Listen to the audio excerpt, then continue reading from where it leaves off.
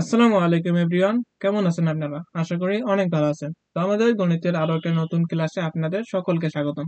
তো আজকের ক্লাসে আমরা মৌলিক সংখ্যা নিয়ে পড়াশোনা করব। তো আজকে ক্লাসটা খুবই ইম্পর্টেন্ট হতে যাচ্ছে, কারণ হলো যে এই মৌলিক সংখ্যা থেকে বিভিন্ন পরীক্ষা হামেশাই প্রশ্ন এসে থাকে। তো অবশ্যই আমাদের মৌলিক সংখ্যার ক্লাসটা ভালোভাবে পড়তে হবে। তো আমি যদি মৌলিক সংখ্যার ক্লাস শুরু করতে যাই, তো প্রথমে যে প্রশ্নটা আসে সেটা হলো যে আমাদের মৌলিক সংখ্যা কাকে বলে। তো মৌলিক সংখ্যা হচ্ছে যে সকল সংখ্যাকে এক এবং ওই সংখ্যা ছাড়া অন্য কোনো সংখ্যা দ্বারা ভাগ করা যায় না, সেগুলোকে মৌলিক সংখ্যা বলে। যেমন আমি 2, 3, 5, 11 এই সংখ্যাগুলোকে এক এবং ওই সংখ্যা ছাড়া অন্য কোনো সংখ্যা দ্বারা ভাগ করা যায় না, এর জন্য ওই সংখ্যাগুলোকে প্রাইম নাম্বার বা মৌলিক সংখ্যা বলতে পারি। তো এখানে আমাদের মৌলিক সংখ্যা নিয়ে কিছু কি পয়েন্ট দেওয়া আছে, এই জিনিসগুলো অবশ্যই মনে রাখতে হবে। তো এখানে বলছে কি যে ঋণাত্মক সংখ্যা মৌলিক সংখ্যা হতে পারে না এবং মৌলিক সংখ্যা 2 থেকে শুরু হয়। তো 2 থেকে শুরু হয়, এটা আমরা আগের দিনই ভালোভাবে বুঝেছিলাম। তো আজ আপনারা যারা আগের ক্লাসটা করেন নাই, তারা অবশ্যই আগের ক্লাসটা করে নেবেন। তো এরপর বলছে যে জোড় মৌলিক সংখ্যা হচ্ছে একটি। জোড় মৌলিক সংখ্যা কয়টি? জোড় মৌলিক সংখ্যা হচ্ছে একটি। এই দুই যে সংখ্যাটা আছে, এই দুই সংখ্যাটা আমাদের মৌলিক সংখ্যা। তাহলে এই দুই সংখ্যাটাকে কি একটা জোড় সংখ্যা, তাহলে আমাদের একটাই শুধুমাত্র জোড় সংখ্যা মৌলিক হিসেবে কাউন্ট হয়, সেটা হচ্ছে দুই। তারপরে যে জোড় সংখ্যাগুলো আছে 2, 6, 4, 6, 8, এই সংখ্যাগুলোকে আমাদের এক দিয়ে ভাগ যাবে, আবার 2 দিয়ে ভাগ যাবে এবং এই যে 4 দ্বারা ভাগ যাবে, অর্থাৎ এগুলা একের এক এবং ওই সংখ্যা ছাড়া অন্য সংখ্যা দ্বারা ভাগ যাবে, অর্থাৎ প্রতিটা জোড় সংখ্যায় 2 দ্বারা ভাগ যাবে। এর জন্য অন্যান্য যে জোড় সংখ্যাগুলো আছে, সেই জোড় সংখ্যাগুলো আমাদের মৌলিক সংখ্যা হবে না। শুধুমাত্র এই দুই যে জোড় সংখ্যাটা আছে, এটাই আমাদের একমাত্র জোড় মৌলিক সংখ্যা। এরপর বলছে কি যে সকল সংখ্যার একক স্থানে 1, 3, 7, 9 বিদ্যমান তাহা মৌলিক সংখ্যা হতে পারে। অর্থাৎ আমাদের কোনো একটা সংখ্যা মৌলিক কিনা সেটা একক স্থানীয় বলতে কি বোঝায়? মনে করেন যে আমার কাছে একটা সংখ্যা আছে এরকম, তাহলে এটা আমাদেরকে একক স্থানীয় সংখ্যা। তো এখানে যদি মনে করেন 3 থাকে, তাহলে এই 103 এই সংখ্যাটা আমাদের মৌলিক সংখ্যা হতে পারে, একটা সম্ভাবনা আছে। এরপর মনে করেন যে আমার কাছে আরেকটা সংখ্যা আছে 1001, অর্থাৎ এখানে একক স্থানীয় অঙ্ক হচ্ছে আমাদের এক। তো এখানে এই একক স্থানীয় অঙ্কে আমাদের এক আছে, তো এখানে 3ও থাকতে পারে, 9ও থাকতে পারে। যদি এই সংখ্যাগুলো থাকে, এই সংখ্যাগুলা আমাদের মৌলিক সংখ্যা হতে পারে, এরকম একটা সম্ভাবনা আছে। মানে এর মানে নয় যে আমাদের 103 বা 105 বা আমাদের যে 107 সংখ্যাগুলো মৌলিক সংখ্যা হতেই হবে। তবে 1, 3, 7 এবং 9 এগুলো থাকলে মৌলিক সংখ্যা হতে পারে, এরকম একটা সম্ভাবনা আছে।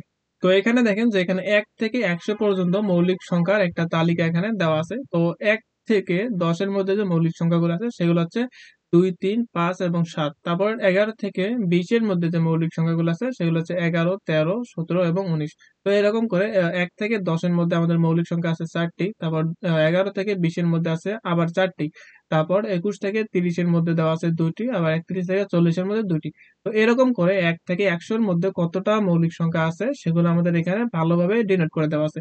তো এখানে আমাদের এই প্রতিটা তো আর মনে রাখতে পারবো না আলাদা আলাদা আলাদাভাবে। এর জন্য আমরা একটা সিরিয়াল করে নিছি যে মোবাইল নাম্বার যেরকম করে মুখস্থ রাখি, সেরকম করে আমরা এই যে কোনটার মধ্যে কতটা আমাদের মৌলিক সংখ্যা আছে সেগুলো মনে রাখতে পারি। তো মোবাইলের মধ্যে মনে রাখার মতো এরকম একটা সংখ্যা আছে 44223223 হচ্ছে 21। তাহলে সংখ্যাটা আমি একবার লিখতেছি, তাহলে ভালোভাবে বোঝা যাবে। তো প্রথমেই লিখবো আমি 44। মনে করেন একটা সংখ্যা লিখলাম 44, তারপর 44 এর অর্ধেক যদি নেই তাহলে হলো আমাদের 22। এরপর আমাদের মনে করেন এরপর আসলো 32। তাহলে এই 32 কে যদি উল্টাই, অর্থাৎ প্রথমে 3 আছে পরে 2 আছে, এটাকে যদি আমি উল্টাই তাহলে প্রথমে 2 হবে, তারপর আবার 3 হবে।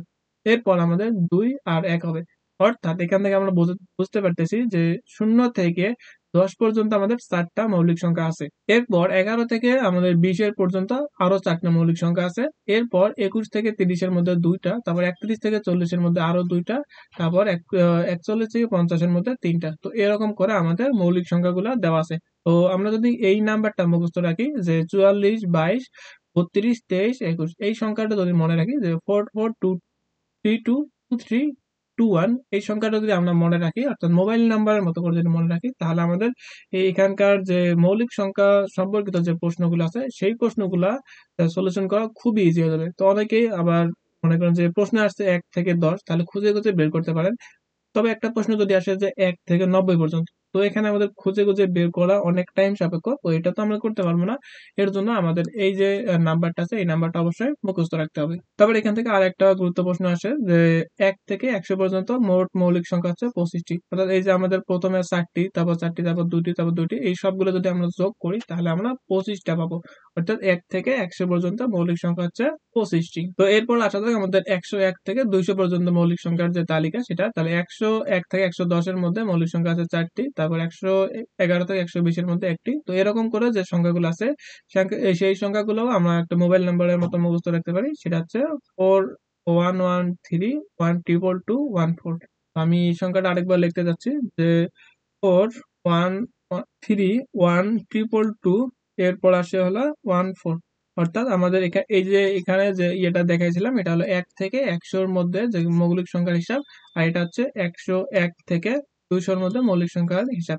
তাহলে আমাদের প্রথমটা সূত্র হলো 44 22 32 23 21। এরপরটা আসি, এখানে হচ্ছে 41 13 12221, অর্থাৎ 4113122214। তো এখন আসা যাক আমাদের গুরুত্বপূর্ণ একটি নোট দেওয়া আছে এখানে, যে প্রশ্ন যদি বলে যে 5 থেকে 11 পর্যন্ত কয়টি মৌলিক সংখ্যা আছে, তাহলে আমাদের যদি বলে যে 5 থেকে 11, 5 থেকে 11 বলতেছি, তাহলে এখানে আমাদের 5ও হিসাব করে নিতে হবে, তারপর 11 হিসাব করতে হবে। তাহলে 5 এবং 11 এর মধ্যে মৌলিক সংখ্যা হচ্ছে 5 একটা মৌলিক সংখ্যা, 7 একটা মৌলিক সংখ্যা, 11 একটা মৌলিক সংখ্যা।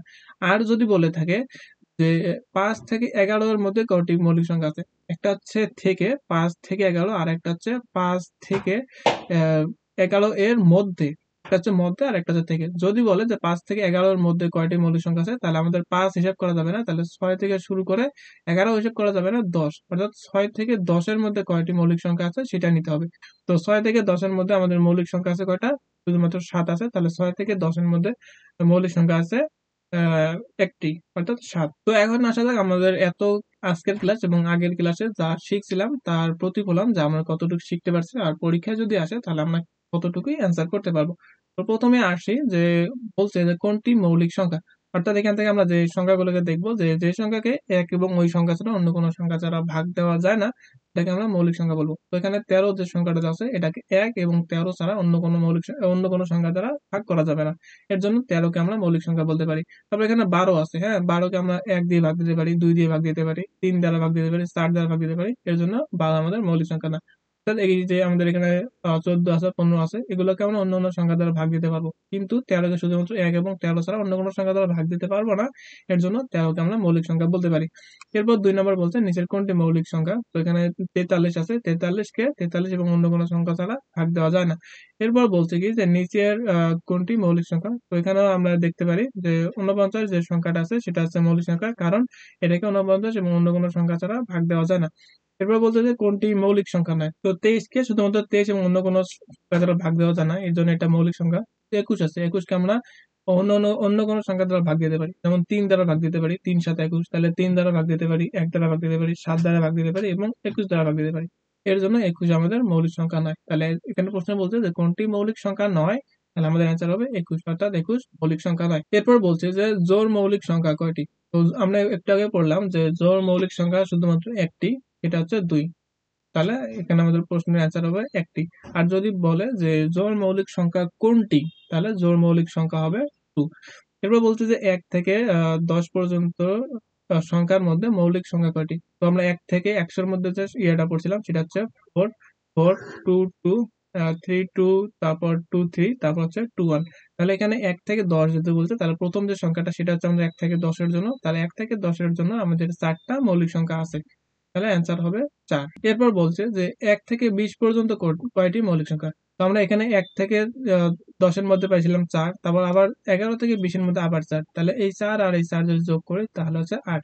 অর্থাৎ 1 থেকে 20 এর মধ্যে আমাদের মৌলিক সংখ্যা হচ্ছে 8টি। এরপর বলছে যে 1 থেকে 30 পর্যন্ত কয়টি মৌলিক সংখ্যা। তাহলে এরপর এখান থেকে দেখতে পাচ্ছি 4 4, তারপর 2, তাহলে 4 4 2 যদি যোগ করি তাহলে পাচ্ছি 10। তাহলে 1 থেকে 30 পর্যন্ত মৌলিক সংখ্যা হচ্ছে 10টি। এরপর আসা থেকে আমাদের 9 নম্বর প্রশ্ন, এখানে বলছে যে 20 থেকে 100 এর মধ্যবর্তী মৌলিক সংখ্যা কয়টি।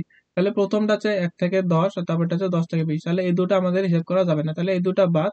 এরপর বলছে কি যে 20 থেকে 100, তার মানে এই বাকি যেগুলো আছে সেগুলোর আমাদের যোগফল যতটা হবে সেটাই হবে আমাদের 20 থেকে 100 আমাদের মৌলিক সংখ্যা। তাহলে 2 আর 2 যদি যোগ করি তাহলে হচ্ছে 4, 4 এর সাথে আবার যদি 3 যোগ করি তাহলে হচ্ছে 7, 7 8 2 9, 9 আর 2 11, 11 আর 3 হচ্ছে 14, তারপর আছে এখানে 3, 14 আর 3 যোগ করলে 17, অর্থাৎ আমাদের 20 থেকে 100-র মধ্যে যে সংখ্যাটা যতগুলো মৌলিক সংখ্যা আছে তাদের যোগফল হবে 17টি।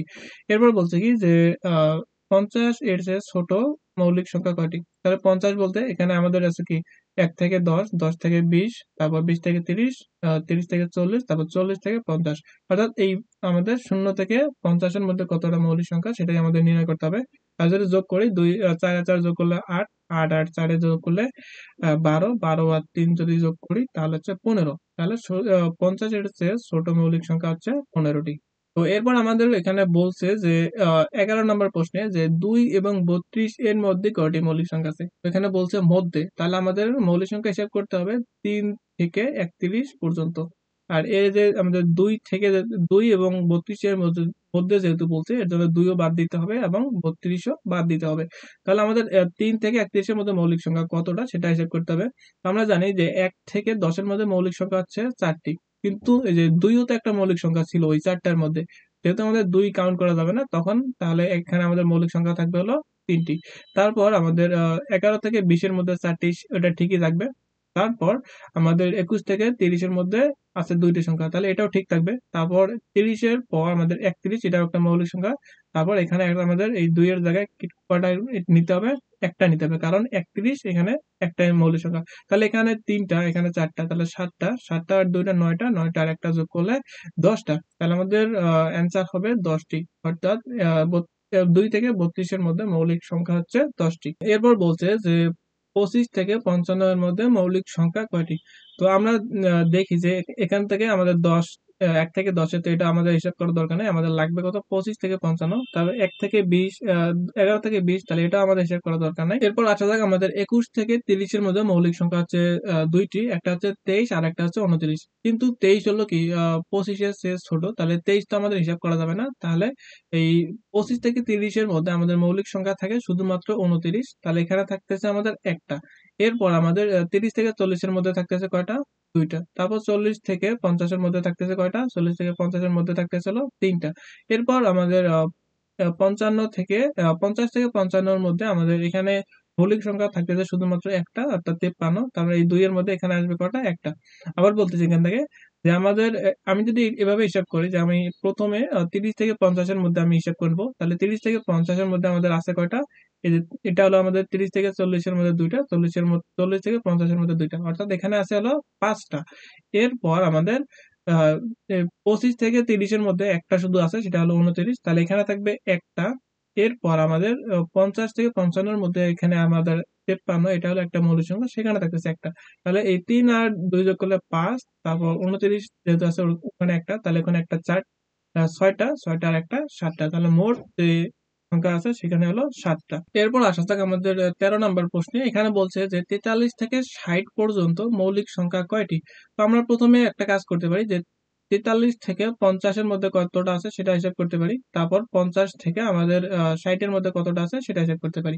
তো 43 থেকে 50 এর মধ্যে আমাদের মৌলিক সংখ্যা আছে 2টি, একটা হচ্ছে 43 আর একটা হচ্ছে আমাদের 47। তাহলে 43 থেকে 50 এর মধ্যে আছে 2টা। তারপর 50 থেকে 60 এর মধ্যে কয়টা আছে? এই 50 থেকে 60 এখান থেকে যদি হিসাব করি যে এটা হচ্ছে 1 থেকে 10, 20, 30, 40, 50, তাহলে 50 থেকে 60 এর মধ্যে আমাদের মৌলিক সংখ্যা আছে 2টি। তাহলে এখানকার 2 আর এই যে 43 থেকে 50 এর মধ্যে আছে 2টি, তাহলে এই 2 আর এই 2 যদি যোগ করি তাহলে আমাদের আসতেছে 4, অর্থাৎ 43 থেকে 60 এর মধ্যে মৌলিক সংখ্যা হচ্ছে আমাদের 4টি। তো এরপর আসা যাক আমাদের 14 নাম্বার প্রশ্নে। তো এখানে বলছে যে 41 থেকে 90 পর্যন্ত মৌলিক সংখ্যা কয়টি? তো এখান থেকে আমাদের 40 পর্যন্ত চলে গেছে, তাহলে এটা হলো 40 থেকে 50, তাহলে 50 থেকে 60, 60 থেকে 70, 70 থেকে 80 এবং 80 থেকে 90।